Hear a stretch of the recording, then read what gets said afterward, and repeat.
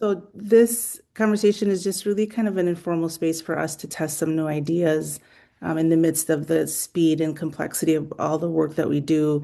It came out of a conversation that the MEL committee was having.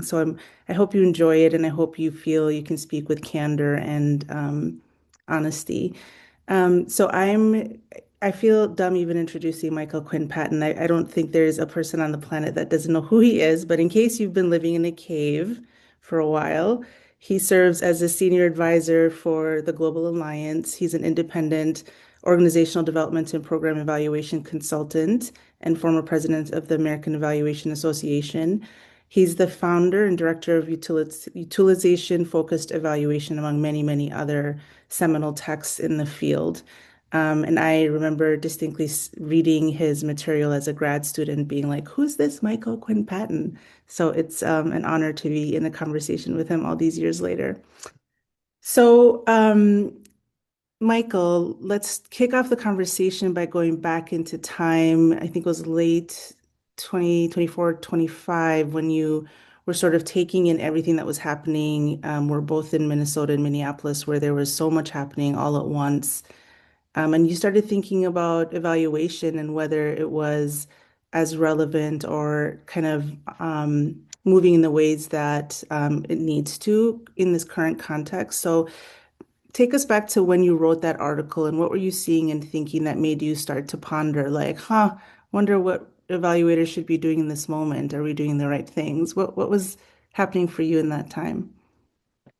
Good. Thank you. Greetings, everyone. And I should note, perhaps, that I actually got my start in evaluation 50 years ago with the McKnight Foundation. That was the first major evaluation that I did. And it's relevant to this because that evaluation was a look at what had happened to the three major initiatives that McKnight had at that time. Um, that began my work with philanthropy. So to this more present moment, as you've laid it out, um, as we watched the Trump administration begin to withdraw U.S. aid, international aid, domestic programs, make cuts across the board, both internationally and domestically, and I was hearing from both people I worked with and people as in evaluation and in programming about the amount of devastation that was going on. And there was a lot of press coverage of it. Um, it struck me that over my 50-year career, that evaluation has had a fairly positive bias in the sense that most of what we do is document successes. And so they're either successes or things don't work, but that we have not had a history of documenting destruction, that we've not had a framework for looking at what happens, not when there are efforts to improve things, to innovate, to do new things, but when there's a concentrated effort to destroy. And that then seemed to me to, Yes. especially for philanthropy, to pose the challenge of we document when we have a positive impact.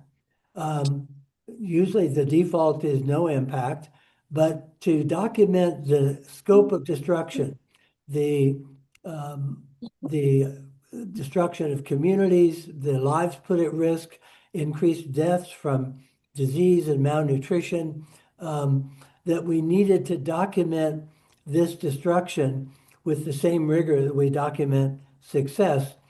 And of course, the primary frame that philanthropy has had for dealing with shocks to the system is resilience.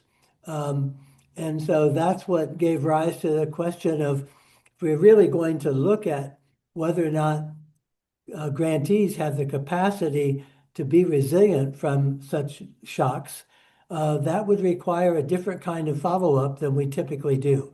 In fact, we don't typically really follow up grants. At the end of a grant, the grantees are asked to state how they're going to sustain what they had done during the grant period. And as a foundation president once told me, and is quoted in the article, um, they pretend to be genuine about what they're going to do and maintaining what they've accomplished, and we pretend to believe them. And that's uh, the most that we do around actually evaluating sustainability and resilience. We're in a moment where that learning needs to be accelerated. That's what I suggested in the article. I love that quote. You just kind of put us all on blast with how we behave in philanthropy with our grantees. That's great. So, in the article that Sylvia was saying was excited about reading, you talk about resiliency, but you kind of have you unpack it a bit and you talk about its different dimensions and how it's not enough in the moment and that we are missing aspects of resiliency. Even in the way we define it, we sort of flatten it, but you had so much to say about resiliency and what is missing and what we could do differently. Can you tell us a little bit about how you think about resiliency in this context? So, what I've come to do in a new edition of developmental evaluation that will be coming out later this year goes beyond that original article and begins to try to help us think about what are the varieties of results from a grant. And I prepared a couple of slides to illustrate this. So let me share my screen here and just run through a variations in sustainability of what happens after grants if we begin to take seriously doing follow-up. So the most common expectation is that grantees will have the capacity to continue whatever they did during the grant. In the OECD DAC criteria internationally, the sustainability criterion is really a continuity criteria. And so sustainability in that world is not economic or environmental sustainability. It's the interest that philanthropy has in stewarding that boards have are the impacts that we generated going to last? It's a continuity kind of criterion. And that continuity has been threatened with the drastic shocks to philanthropy and to the nonprofit and civil society sector. But other possibilities that happen after grants is scaling. Scaling up means having policy impact. Scaling out means reaching greater numbers. Scaling deep means having cultural impact, changing the narrative. And the Global Alliance has been engaged in all three of these kinds of scaling. Different from continuity is building the capacity to adapt. So continuity is keeping doing the same thing, but resilience as adaptation means that you're not just doing the same thing, you're expecting the world to change. So do grantees, have they built the capacity to adapt or even to innovate? Under the mantra of creative destruction, in the positive economic sense, creative destruction is supposed to lead to innovation. What the Trump administration did was not creative destruction, but devastating destruction, not to innovate, but to stop things from happening. And so once things begin to stop, the question becomes, how much is resilient? Resilience in the ecological sense is absorbing a shock and being able to bounce back from that shock to return to the prior state.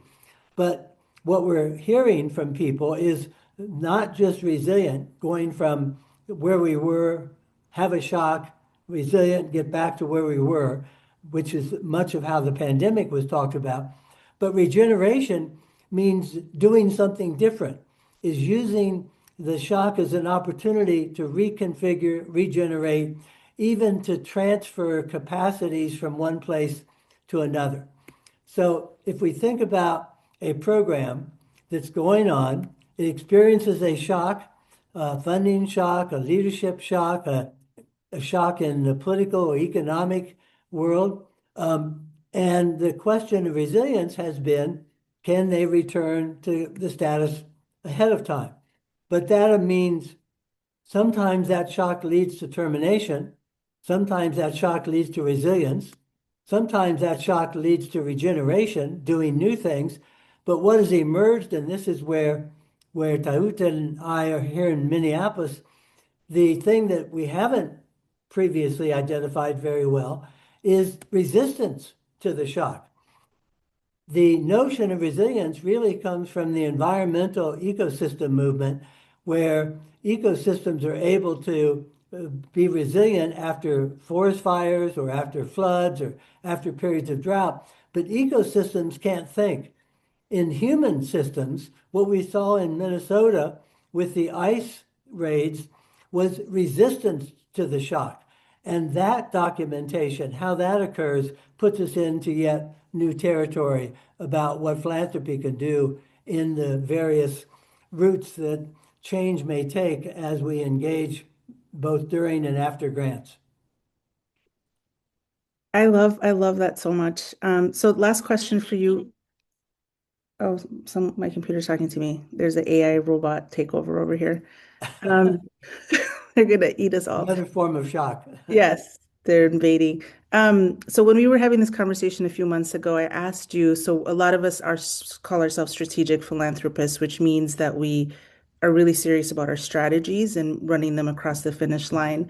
And this reality that you've laid out, where you have different branches and things are so volatile and moving and unpredictable, really makes holding on to strategy really difficult. So my last question, and then I asked you a few weeks ago, is how do we do that, Michael? How do we navigate this type of context? And you said you've argued in your work, and you said that day that principles matter more than strategy, which was so helpful for me to hear. Can you say more about that? And like, what would a foundation that moves in that way, that's organized around principles instead of gripping their strategy, look like, behave like? Can you paint a picture for us? Well, it's a great question and framing of this. And you use what I think is the key word in complex dynamic systems. How do you navigate? Because the traditional model that has dominated philanthropy and government and international aid, the whole arena for the last 50 years, since World War II and the beginning of major interventions of humanitarian and other kinds of assistance, has been a command and control strategy. Plan your work your plan, evaluate the results. It's very top down. It's very, we're in charge, we make things happen. And strategy is a big part of that. We develop a strategy, we implement the strategy, we make things happen. It's a command and control world. In complex dynamic systems of the kind we're currently experiencing, we're not really in charge. We are having to navigate multiple polycrises, economic, political, social, cultural, international, domestic. And so in a navigation frame, the strategy is content. It says what we want to do. Principles state the basic actionable values that are going to guide what we do. And so in responding to dynamic, complex, unpredictable systems, you can't hold on to content. That makes things rigid. You can't set goals and say, well, come hell or high water, we're going after those goals. But what you can be guided by are principles. And in the programs that we worked with in the Global Alliance, the principles generation provided a foundation for dealing with these different kinds of challenges that come up. Being true to principles is a way to navigate uncertainty. That's what grounds you. That's the rudder for that navigation rather than the content that you've decided to do. And the notion that you would determine a plan with goals 5 years in advance and say that's what we're going after in this world is pretty absurd. But we need grounding, and that grounding I've found in my work with the Global Alliance, with McKnight, with other foundations, comes more from principles than from a strategy.